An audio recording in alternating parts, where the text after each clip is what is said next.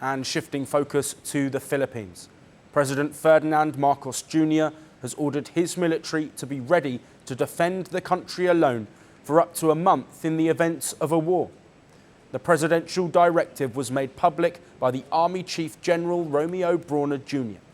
He said the president wants the forces to fight and preserve for 20 to 30 days before foreign reinforcements could arrive under the US Mutual Defense Treaty. This comes amid a string of maritime run-ins between Filipino and Chinese vessels in the West Philippine Sea, part of the South China Sea within Philippine waters.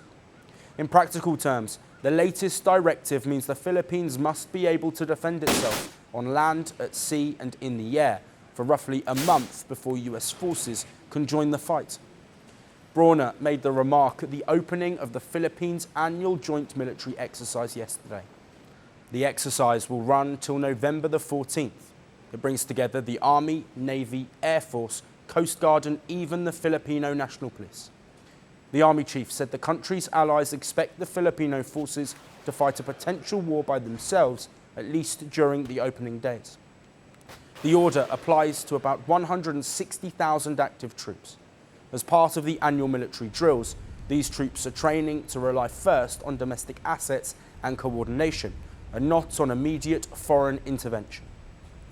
The order of our President, Ferdinand Marcos Jr., is that we should be able to fight and preserve our forces for at least 20 to 30 days.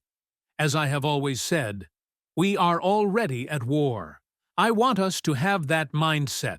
We are not at war with bullets and bombs, but with disinformation, with coercion, and with encroachment into our territories, into our exclusive economic zone. The Philippines has been a US treaty ally since 1951 under a mutual defense treaty. That treaty obliges both countries to aid each other in case of an armed attack. Time and again, US officials have said the pact covers attacks on Philippine forces or assets in the South China Sea.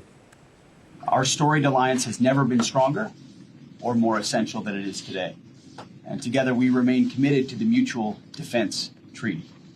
And this pact extends to armed attacks on our armed forces, aircraft, or public vessels, including our Coast Guards, anywhere in the Pacific, including the South China Sea.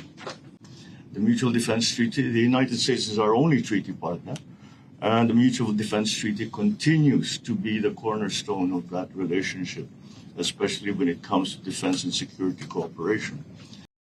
Amid persistent tensions in the region, Manila is signalling it will not depend on others in the opening day of a crisis. The message is clear. Before outside help arrives, the Philippines must be able to fight and survive on its own. Want the facts? The latest developments? News that gets straight to the point. Well, we've got all three just for you. This is Firstpost Live, a brand new show, your window into what really matters. Don't miss it.